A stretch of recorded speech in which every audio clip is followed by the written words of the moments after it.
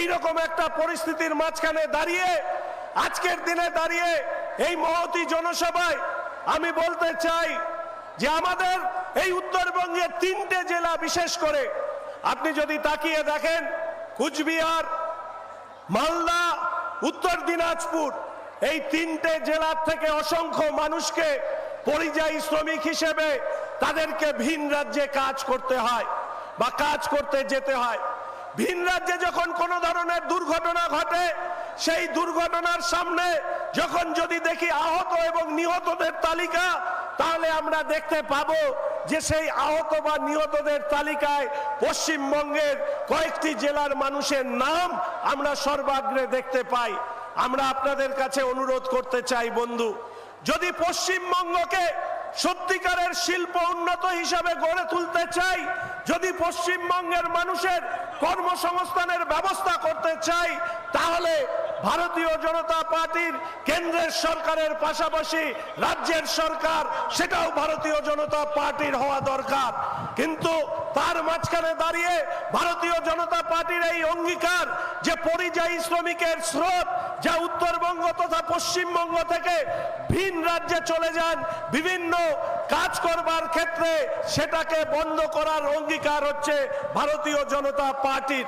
আমরা আশা রাখি যে কুচবিহার হোক, মালদা হোক, মুর্শিদাবাদ হোক, উত্তর দিনাজপুর হোক, প্রায় পশ্চিমবঙ্গের 60 লক্ষেরও কাছাকাছি পরিযায়ী শ্রমিকের এই স্রোত আমরা বন্ধ করতে চাই। আপনারা জানেন বন্ধু যে আমাদের রাজ্যে যে শিল্প তৈরি হয়, সেই শিল্পের যদি 100 জন শ্রমিক কাজ করেন, সেই 100 জন শ্রমিকের মধ্যে মাত্র 6 জন হচ্ছে উত্তরবঙ্গ থেকে তৈরি হয় বা 6 জন হচ্ছে উত্তরবঙ্গ থেকে পাওয়া যায়। বাদ বাকি 94 জন শিল্প শ্রমিক হচ্ছে দক্ষিণবঙ্গের। কারণ আমাদের উত্তরবঙ্গে কোনো বড় শিল্প গড়ে ওঠেনি। আমাদের উত্তরবঙ্গের একমাত্র শিল্প হচ্ছে চা শিল্প। সেই চা শিল্প রাজ্যের ব্যর্থতার কারণে সেই শিল্পেও সামনে বড় সংকট তৈরি হয়েছে। আমাদের মালদা থেকে কুচবিহার অবধি বিভিন্ন ধরনের শিল্প, চা শিল্পের পাশাপাশি পর্যটন শিল্প, হর্টিকালচার থেকে শুরু করে পর্যটন শিল্প থেকে শুরু করে বিভিন্ন ধরনের শিল্পকে তৈরি করবার সুযোগ থাকা সত্ত্বেও দুর্ভাগ্য হচ্ছে রাজ্যের সরকার সেই শিল্প স্থাপন করতে আগ্রহী নয়। ভারতীয় জনতা পার্টি উত্তরবঙ্গের অভ্যন্তরে আরো ভারী শিল্প তৈরি করবার মধ্যে দিয়ে কর্মসংস্থান তৈরি করতে চাই। তাই আমরা আপনাদেরকে সমর্থন চাই। আপনারা জানেন এখানে যারা বসে আছেন, আমি অবাক হয়ে লক্ষ্য করলাম বা ভাবলাম আমাদের প্রত্যেকের মুখে তৃণমূল কংগ্রেসের বিরুদ্ধে আরেকটি বড় গুরুত্বপূর্ণ প্রশ্ন, যেটা ছুড়ে দেওয়া উচিত তৃণমূলের প্রার্থীর কাছে কিংবা তৃণমূলের নেতাদের কাছে। এই উত্তরবঙ্গের একটি এইমস পাওয়ার কথা ছিল, সম্ভাবনা তৈরি হয়েছিল।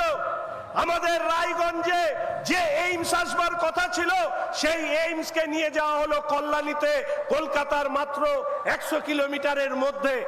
আমরা যারা এখানে আছি, যদি আপনারা মন দিয়ে আমাদের বক্তব্য শোনেন, আমি আপনাদের কাছে প্রশ্ন করতে চাই যে উত্তরবঙ্গের মানুষ কি দ্বিতীয় শ্রেণীর নাগরিক? পশ্চিমবঙ্গে আমাদের শিক্ষা পেতে হলে কলকাতায় যেতে হয়, আমাদের চিকিৎসার জন্য কলকাতায় যেতে হয়, আমাদের সব কাজের জন্য কলকাতা ছুটতে হয়।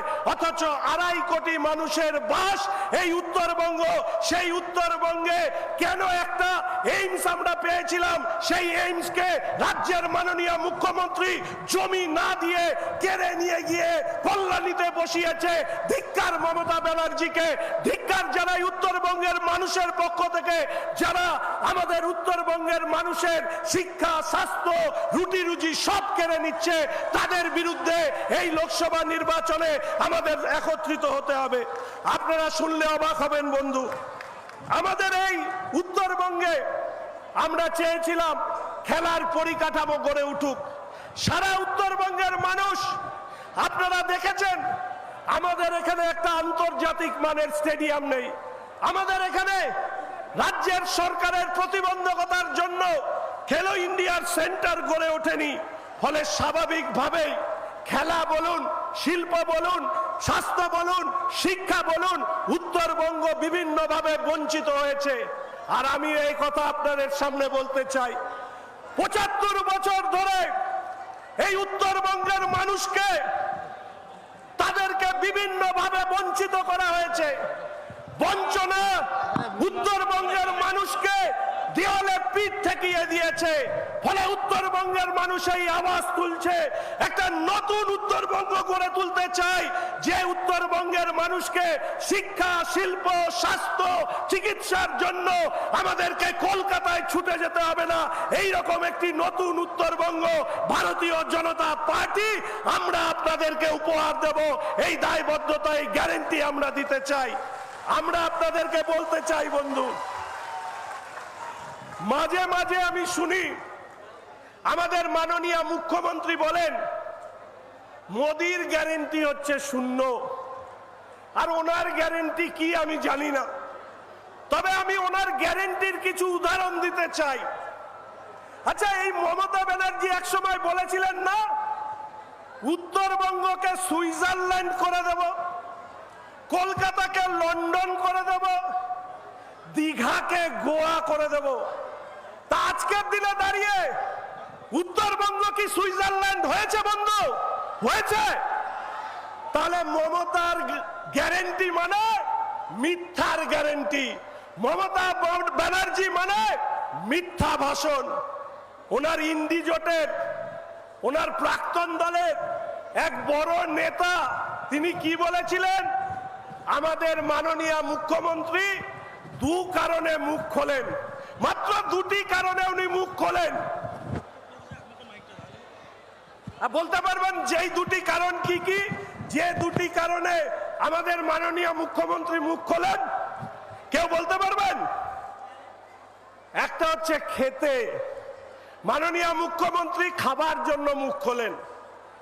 আর মাননীয় মুখ্যমন্ত্রী মুখ খোলেন মিথ্যে কথা বলতে। মুখ্যমন্ত্রী যতগুলো কথা বলেন সবগুলো হচ্ছে মিথ্যে। তার প্রমাণ হচ্ছে উত্তরবঙ্গের মানুষ। সুইজারল্যান্ড তো দূরের স্থান, আমাদের উত্তরবঙ্গের মানুষ প্রতিদিন রাজ্যের সরকারের উদাসীনতার কারণে আমাদের উত্তরবঙ্গ প্রতিদিন পেছচ্ছে। আর সেই পিছিয়ে পড়া জায়গা থেকে আমাদের কেন্দ্রের সরকার তারা লাগাতার চেষ্টা করছে কিভাবে উত্তরবঙ্গের উন্নয়ন করা যায়। এখানে আপনারা মায়েরা আছেন, এখানে আপনারা আছেন, ভাই দাদারা আছেন। উত্তরবঙ্গ উন্নয়ন দপ্তর বলে একটা দপ্তর আছে, জানেন উত্তরবঙ্গ উন্নয়ন দপ্তরের বাজেট কত বা খরচা কত করে উত্তরবঙ্গের জন্য? উত্তরবঙ্গ উন্নয়ন দপ্তরের বাজেট হচ্ছে 800 কোটি টাকা, আর খরচা করে হচ্ছে 450 কোটি টাকা, 400 কোটি টাকা, 300 কোটি টাকা। অর্থাৎ উত্তরবঙ্গের বরাদ্দ হচ্ছে 400 থেকে 500 কোটি টাকা প্রতি বছর খরচা হয়। আর কেন্দ্রের সরকার এই উত্তরবঙ্গের জন্য কত টাকা খরচা করে? এই মুহূর্তে রেল, বিমানবন্দর, রাস্তা, স্বাস্থ্য, এই চারটে পরিকাঠামো গড়বার ক্ষেত্রে এই উত্তরবঙ্গের জন্য আমাদের কেন্দ্রের সরকার, মাননীয় প্রধানমন্ত্রী নরেন্দ্র মোদী মহাশয়ের সরকার এই মুহূর্তে প্রায় 49,000 কোটি টাকা খরচ করছে। 49,000 কোটি টাকা। যারা জিজ্ঞেস করেন আমাদের সাংসদরা কি করেছে, বিজেপি কি করেছে, তাদেরকে বলবেন যে উত্তরবঙ্গের সমস্ত ট্রেন লাইনগুলো ইলেকট্রিফিকেশন হয়নি, সেই ইলেকট্রিফিকেশন করা হয়েছে সমস্ত ট্রেন লাইনের। বাগডোগরা বিমানবন্দর, যেখানে সন্ধ্যের পরে বিমান নামছে না, 3,000 কোটি টাকা ব্যয় করে সেই বিমানবন্দরকে সম্প্রসারণ করা হয়েছে। বন্দে ভারত থেকে শুরু করে বিভিন্ন দ্রুতগামী এক্সপ্রেস ট্রেন এই উত্তরবঙ্গের জন্য দেওয়া হয়েছে। তাই আমি আপনাদের কাছে বলবো যে মোদির গ্যারান্টি মানে বিকাশের গ্যারান্টি, মমতার গ্যারান্টি মানে মিথ্যা ভাষণের গ্যারান্টি। তাই আমাদের মাননীয় প্রধানমন্ত্রী, যিনি ভারতবর্ষকে বিশ্বের দরবারে প্রতিষ্ঠিত করেছেন, আমরা ভারতীয় জনতা পার্টির একজন কর্মী হিসেবে গর্ববোধ করি। তাই আমরা বলি ফির একবার। আর তৃণমূল সম্পর্কে কি বলে? তৃণমূল সম্পর্কে কি বলে? ভারতবর্ষের কোন রাজনৈতিক দল নেই যারা নিজেদের রাজত্ব চলাকালীন যাদের মন্ত্রীরা জেলে গড়াগড়ি খাচ্ছে। লজ্জা হয় না তৃণমূল কংগ্রেসের? আপনারা রাজ্যের সরকার চালাচ্ছেন আর আপনার মন্ত্রীরা জেলে গড়াগড়ি খাচ্ছে।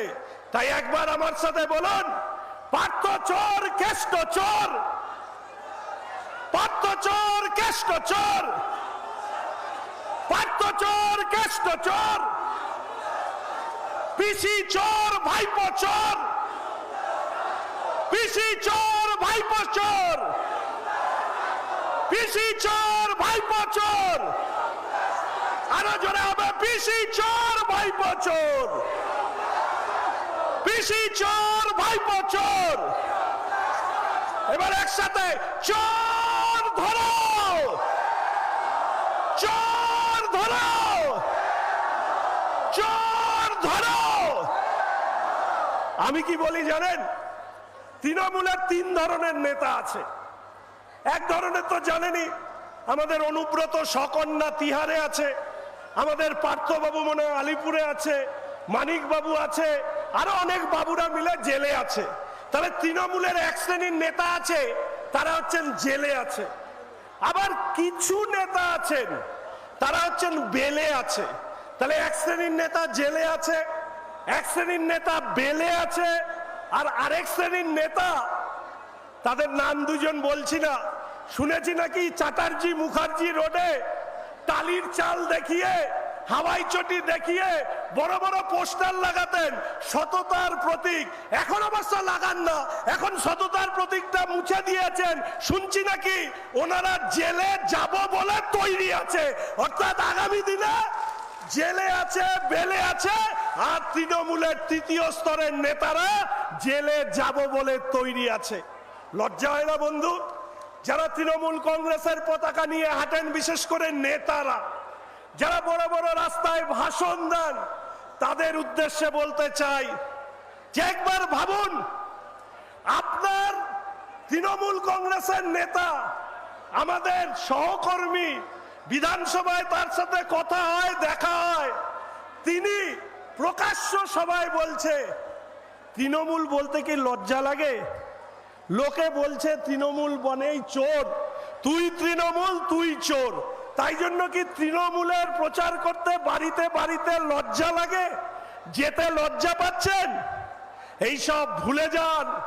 যতই লোক চোর বলুক, মানে এটাই আর কি বলতে চেয়েছেন, যতই লোক চোর বলুন, আমাদের বাড়িতে বাড়িতে যেতে হবে।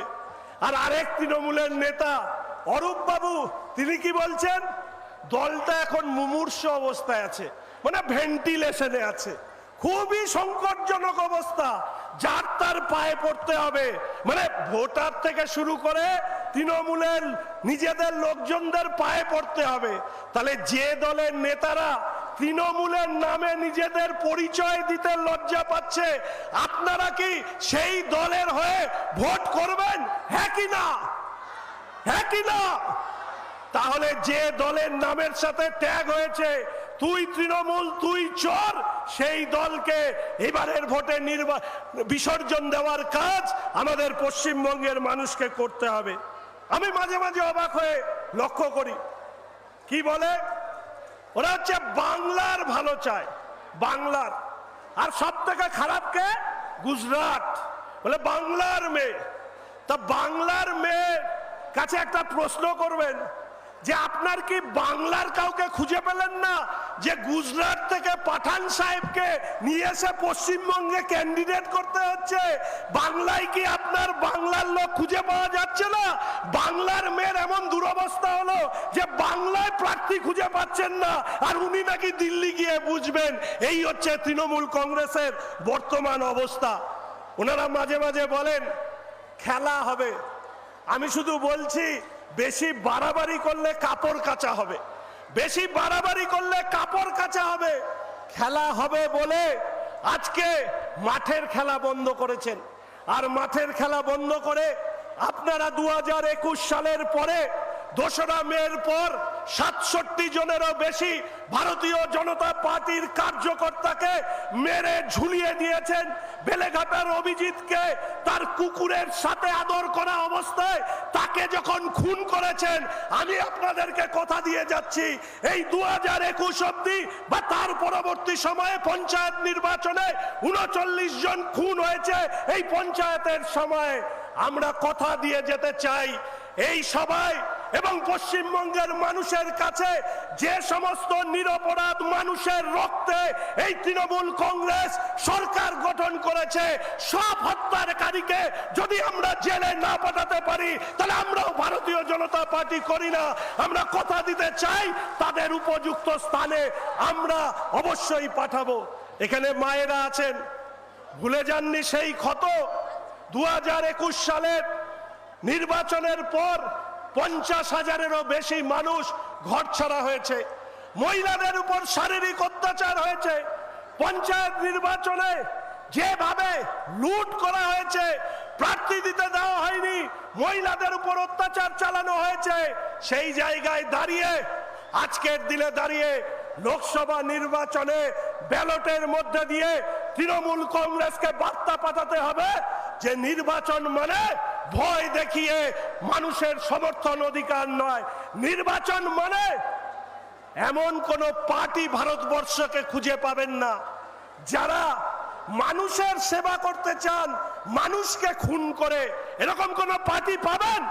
পশ্চিমবঙ্গে সেই পার্টির নাম হচ্ছে তৃণমূল কংগ্রেস। নির্বাচন হলেই এই পশ্চিমবঙ্গে যারা রক্তের স্রোত বইয়ে দেয় সেই তৃণমূল কংগ্রেসের বিরুদ্ধে এই লড়াই, সেই লড়াইকে আমাদেরকে এগিয়ে নিয়ে যেতে হবে। আমি নিশ্চিতভাবে উল্লেখ করব সন্দেশখালির কথা। আপনারা জানেন যে সন্দেশখালিতে আমি এবং শুভেন্দুদা দুজন গিয়েছিলাম এবং যাওয়ার পরে সেখানে যা দেখেছি আপনাদেরকে বর্ণনা করলে আপনার গায়ের রং খাড়া হয়ে উঠবে। আমরা প্রথম দুদিন ঢুকতে দেয়নি আমাদের পুলিশ, তারপরে আমি আর শুভেন্দুদা তৃতীয়বার আমরা সন্দেশখালির মাটিতে পা দিলাম। আমি 2-3বার গিয়েছি সন্দেশখালিতে। আমরা যখন সন্দেশখালিতে পা দিচ্ছি তখন চারিদিকে শুধু উলুধ্বনি, শঙ্খধ্বনি, জয় শ্রীরাম এবং আমাদের বিরোধী দলনেতাকে ছোঁয়ার জন্য মানুষের আকুতি দেখেছি। একটাই কথা শুনেছি, শেখ শাহজাহান, উত্তম, শিবু, হাজরা, সিরাজউদ্দিন অমুক অমুকদের হাত থেকে আমাদেরকে বাঁচান। আদিবাসী মহিলারা এসে বলছেন যে যে কাজ মমতা ব্যানার্জি করেছেন, তার দল করেছেন, তার কোনো ক্ষমা নেই। আমি টিভির পর্দায় অনেকবার বলেছি মমতা ব্যানার্জি মানুষের ভালোবাসা নিয়ে, তিনি রাজ্যের সংখ্যাগরিষ্ঠ মানুষের ভালোবাসা নিয়ে তিনি মুখ্যমন্ত্রী হয়েছেন। কিন্তু শ্রীমতী মমতা ব্যানার্জি সম্মানীয় মুখ্যমন্ত্রী যেদিন ক্ষমতার থেকে সরে যাবেন সেই দিন এই রাজ্যের মানুষ বলবে স্বাধীনতার পরবর্তী এত কলঙ্কিত মুখ্যমন্ত্রী আমরা কোনোদিনও দেখিনি। মমতা ব্যানার্জি যেদিন হারবেন মানুষ বলবেন ইনিই হচ্ছেন স্বাধীনতার পরে সবথেকে কলঙ্কিত মুখ্যমন্ত্রী। রাজনীতিতে হার জিত থাকে, দল আসবে দল যাবে, কিন্তু তৃণমূল কংগ্রেস যে ক্ষমাহীন অপরাধ করেছে, দুটো কথা আমি বলবো। আমি বিধানসভার প্রথম বিধায়ক হয়েছি, হওয়ার পরে আমাদেরকে যিনি কথা বলতেন, উপদেশ দিতেন, তার নাম হচ্ছে পার্থ চট্টোপাধ্যায়। পার্থবাবু মমতা ব্যানার্জি মুখ্যমন্ত্রীর ঠিক পাশেই বসতেন, ভালো ভালো কথা বলতেন, ভালো থাকবে, ভালো ব্যবহার করবে, মিতভাষী হবে, ঝগড়াঝাটি করবে না। তো সম্মানীয় মুখ্যমন্ত্রীর পাশ থেকে পরিষদীয় দলনেতা যখন অধিবেশন শেষ হয় তখন এই বক্তব্য রাখতেন। আমরা ভাবতাম মহৎ মানুষ, উঁচু দরের মানুষ, কিন্তু যেদিন দেখলাম পার্থবাবুর হাঁটুর বয়সী একজন বান্ধবী আছে আর বান্ধবীর খাটের তলায় 161 কোটি টাকা উদ্ধার হচ্ছে, সেই দিন বুঝেছিলাম এই তৃণমূল কংগ্রেস হচ্ছে হাতির মতন, যাদের দেখানোর দাঁত একরকম আর খাওয়ার দাঁত এক ধরনের। মমতা ব্যানার্জি আপনার পাশে বসতেন, আপনার পাশে পার্থ চট্টোপাধ্যায় বসতেন, আপনি নাকি পশ্চিমবঙ্গে যা কিছু হয় সব কিছু খবর রাখেন। পার্থবাবু যে তলে তলে বান্ধবীর খাটের তলায় টাকা রাখছেন, দিদি আপনি কি এটা জানতেন না, নাকি আপনার দলের চরিত্রটাই এরকম? আমি শুধু এইটুকু বলে শেষ করব না, শুনুন সন্দেশখালীর ঘটনা। আজকে যে রেখা পাত্র, আজকে যিনি প্রার্থী হয়েছেন, সেই রেখা পাত্রের বাড়িতে আমরা প্রথমবার গিয়েছিলাম। না আমি চিনতাম, না দাদা চিনতেন। আমরা যখন জনস্রোতের মধ্যে দিয়ে ওখানে পৌঁছলাম, উনি তখন বলছিলেন তৃণমূল কংগ্রেসের সন্দেশখালীর নেতাদের বাড়িতে প্রতিদিন নাকি সন্ধ্যের পরে নতুন বউরা আসতেন, সকালবেলা নাকি বউ পরিবর্তন হয়ে যেত। আমরা প্রথম শুনলাম এই ধরনের ঘটনাও ঘটে নাকি। মহিলারা বলছে তৃণমূল কংগ্রেসের পক্ষ থেকে পার্টি অফিসে রাত্রি 12টার সময় ফোন করে ডেকে নিয়ে যাওয়া হতো। নেতাদের পিঠে খাওয়ার ইচ্ছে, নেতাদের পিঠে করতে হবে পার্টি অফিসে, তাই রাত 12টার পরে সেখানে যেতে হবে। মহিলারা যেতেন। মহিলারা বলছেন গরম দেখে কোন মহিলারা পিঠে ভাজবে আর কোন মহিলারা মিঠে ভাজবে না সেটা ওনারা ঠিক করে কিছু মহিলাকে পাঠিয়ে দিতেন, আর সারা রাত্রি কিছু মহিলাকে দিয়ে পিঠে ভাজাতেন। এই হচ্ছে তৃণমূল কংগ্রেস। কেউ বলতে পারেন যে এই ধরনের অসভ্য রুচির রাজনৈতিক দলের নেতারা যারা মহিলাদের উপরে এই অত্যাচার করেছে, তাদের বিরুদ্ধে কেউ মুখ খোলেনি কেন? শুনলে অবাক হয়ে যাবেন, হৃদয় বিদারক কাহিনী। বাচ্চা শিশুদের মাথায় আগ্নেয়াস্ত্র ঠেকিয়ে বলা হতো যদি এই খবর বাইরে যায় তোমার বাচ্চা বা তোমাকে পরের দিনের সকাল দেখতে হবে না। বন্ধু, আপনারা যদি সন্দেশখালীতে যাওয়ার কোনোদিন সুযোগ পান, দেখবেন সেখানকার বেশিরভাগ পুরুষ আমাদের উত্তর দিনাজপুরের মতন অন্য রাজ্যে গিয়ে কাজ করে। বাড়িতে বৃদ্ধ মা বাবা, তার বউ আর বাচ্চারা, এছাড়া বাড়িতে আর কোনো লোক নেই। সেই মহিলারা একদিকে যেরকম ভেরির শ্রমিক হিসাবে কাজ করত, বৃদ্ধ মা বাবা সন্তানকে বড় করত, সেই মহিলাদের এই শাহজাহান, উত্তম, সিরাজউদ্দিন, শিবু হাজরারা তারা হচ্ছে পার্টি অফিসে ডেকে নিয়ে যেত। মহিলাদের উপর কোনো অত্যাচার কোথাও কোনোদিন হয়নি এ কথা আমি বলবো না বন্ধু, কিন্তু এই প্রথম ভারতবর্ষ জানলো, পশ্চিমবঙ্গ জানলো, রবীন্দ্র নজরুল ক্ষুদিরামের সরোজিনী নাইডুর বাংলা জানলো যে এই পশ্চিমবঙ্গে একটা রাজনৈতিক দল জন্ম নিয়েছে, যে দল শুধুমাত্র ভয় দেখিয়ে মহিলাদেরকে শারীরিকভাবে ভোগ করবার জন্য পার্টি অফিসে ডেকে নিয়ে আসে। এই রকম নোংরা রাজনৈতিক দল সারা ভারতবর্ষে আর একটাও নেই, একটাও নেই, একটাও নেই। প্রশ্ন রাখতে চাই বন্ধু, আপনি বিজেপি করুন, আপনি বিজেপি নাও করতে পারেন, আপনি তৃণমূল করুন নাও করতে পারেন, আপনি কংগ্রেস বাম রাজনীতি করুন না করুন, একবার ভাবুন তো আপনার বাড়ির মহিলার সাথে এই ধরনের ঘটনা ঘটছে, আপনি কি ক্ষমা করবেন? আমরা শুধু মানুষকে কথা বলবো। কি বলেছে? মহিলাদের জন্য নাকি লক্ষ্মীর ভান্ডার দেওয়া হয়েছে। ওনাদের মন্ত্রী চন্দ্রিমা ভট্টাচার্য তিনি লক্ষ্মীর ভান্ডার যারা পান সেই মহিলাদের মিছিল দেখেছেন। সব মহিলারা যখন জড়ো হয়েছে তখন তিনি বলছেন এটা এই মহিলারা হচ্ছে আমাদের গোডাউন, আপনারা যারা লক্ষ্মীর ভান্ডার নেন আপনাদেরকে বলছে গোডাউন। তৃণমূলের নেত্রী মন্ত্রী চন্দ্রিমা ভট্টাচার্য মহাশয়া তিনি লক্ষ্মীর ভান্ডার যারা নেন তারা নাকি তৃণমূল কংগ্রেসের গোডাউন। লজ্জা হয়ে যায়, মাথায় হেট হয়ে যায় যে এই রুচিহীন ভাষা দিয়ে যারা লক্ষ্মীর ভান্ডার প্রাপক, আমি জানতে চাই তৃণমূল কংগ্রেসের কাছে এটা কি কালীঘাটের টাকা যেটা আপনারা লক্ষ্মীর ভান্ডারে মানুষকে টাকা দেন? এটা মানুষের টাকা, আপনাদের দেওয়া টাকা, করের টাকা আপনাদেরকে ফেরত দেয়, তারপরে আবার এত গলাবাজি কিসের? আজকের দিনে দাঁড়িয়ে আপনাদের কাছে প্রশ্ন রাখতে চাই, আপনি লক্ষ্মীর ভান্ডারের 1000 টাকা পেয়েছেন আর আপনার বাড়ির পুরুষ কাজ না পেয়ে তাকে বাইরের রাজ্যে কাজ করতে যেতে হচ্ছে। আপনি কি চাইবেন যে আপনার বাড়ির পুরুষ বাড়িতে থাকুক, সে পশ্চিমবঙ্গে কাজ করুক, এটাই আপনি চান, আমিও তাই চাই। আমি ব্যক্তিগতভাবে মনে করি ভাতা নয়, এমন এক পশ্চিমবঙ্গ আমরা গড়ে তুলব যেখানে আপনারা অন্যদেরকে ভাত দেওয়ার সামর্থ্য তৈরি করবেন। এই পশ্চিমবঙ্গ গড়ে তোলার স্বপ্ন আমরা ভারতীয় জনতা পার্টি দেখি। তাই আমি বলবো, একটা দুর্নীতিগ্রস্ত দল তৃণমূল কংগ্রেস, তার সাথে সাথে মহিলাদের সম্ভ্রম নষ্ট করা এই তৃণমূল কংগ্রেস, এই তৃণমূল কংগ্রেসেরকে এই লোকসভা নির্বাচনের মধ্যে আমাদেরকে পরাস্ত করবার মধ্যে দিয়ে আমাদেরকে পশ্চিমবঙ্গকে এগিয়ে নিয়ে যেতে হবে। আমাদের দীর্ঘক্ষণ আমি বক্তব্য রাখছি, ছেড়ে দিই।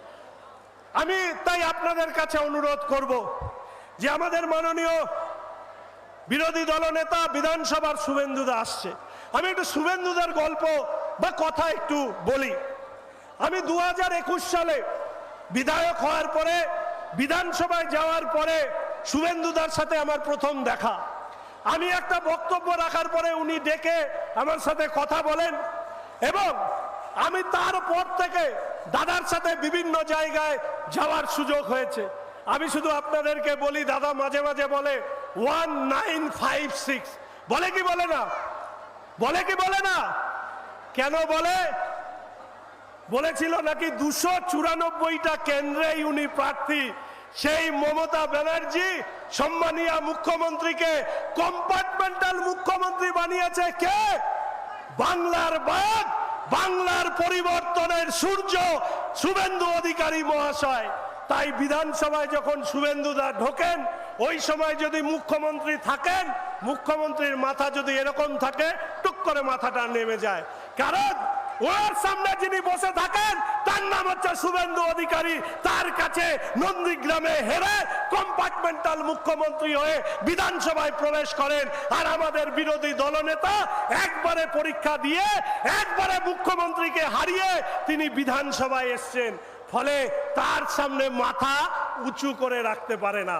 তাই আপনাদের কাছে বলবো, একজন মুখ্যমন্ত্রী যিনি বিধানসভায় যার মাথা নিচু থাকে শুভেন্দুদার জন্য, তিনি কি রাজ্য শাসন করতে পারেন? নিশ্চিতভাবে পারেন না।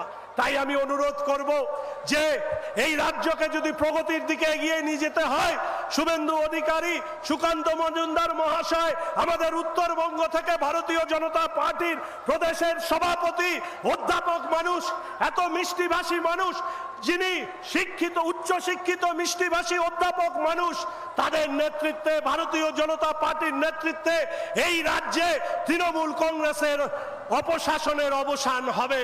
ফলে সেই অবসানের লক্ষ্যে আজকে যারা লড়াই করছেন, আজকে যারা প্রাণ দিচ্ছেন, তাদের উদ্দেশ্যে এই কথা বলে শেষ করব যে একজন মা তার সন্তানকে প্রসব করতে 10 মাস নেয়। এই 10 মাসে সেই মাকে অসংখ্য যন্ত্রণার মধ্যে দিয়ে যেতে হয়। তারপর যখন সন্তান ভূমিষ্ঠ হয়, সেই ভূমিষ্ঠ সন্তান যখন কাঁদতে শুরু করে, তখন জগৎ হাসতে শুরু করে। আজকে তৃণমূল কংগ্রেসের বিরুদ্ধে যারা লড়াই করছেন, তারা হচ্ছে সেই মায়েদের মতন যে মারা এই তৃণমূল কংগ্রেসের কুশাসনকে উৎখাত করে এক নতুন সন্তানের জন্ম দেবে।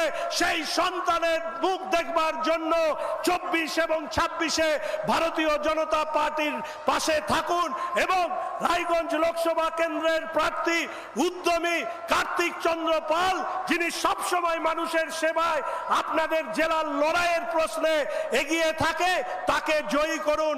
এবং একজন বিধায়ক হিসেবে আপনাদেরকে বলে যাই যে আপনাদের ইসলামপুরে আরেকটি কলেজ খোলবার জন্য আমি শিক্ষামন্ত্রীর কাছে অনুরোধ করি।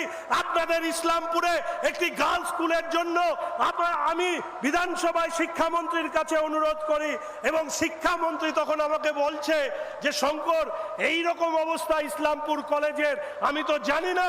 আমি সাথে সাথে উনি ওনার দপ্তরের সচিবদেরকে ডেকে পাঠিয়েছেন এবং বলেছেন আমি দেখছি।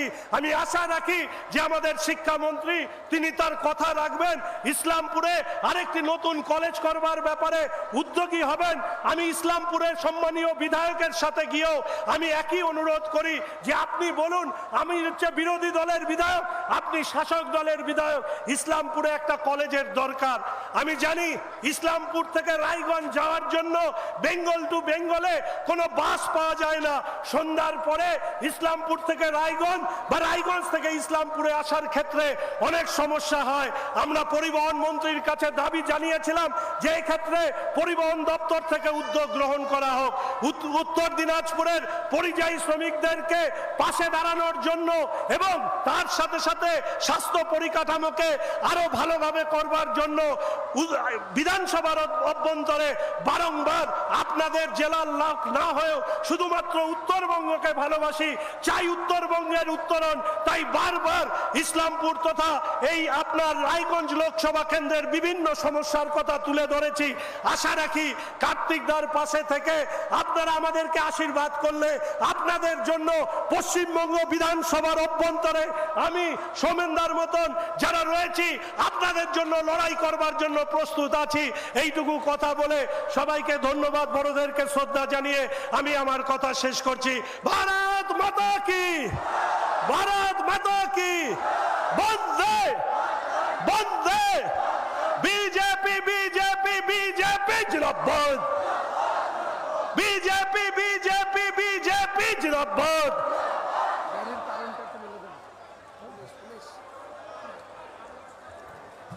অসংখ্য ধন্যবাদ। আর আমাদের বিরোধী দলনেতা যার কথা শোনার জন্য আপনারা অপেক্ষা করে আছেন, আর 5-7 মিনিটের মধ্যে উনি আমাদের সামনে এসে পৌঁছবেন।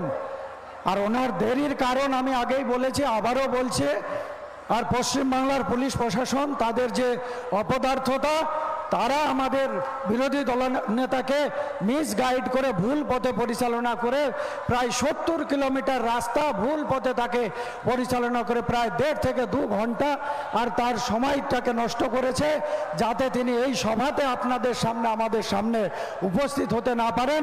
কিন্তু আপনারা, আমরা সবাই সৌভাগ্যবান, আর আপনারা অনেক কষ্ট করে, অনেক রোদ গরম সহ্য করেও আপনারা বসে আছেন। আর মাত্র 5-7 মিনিট অপেক্ষা করুন, আপনাদের সামনে উনি এসে পৌঁছে যাবেন।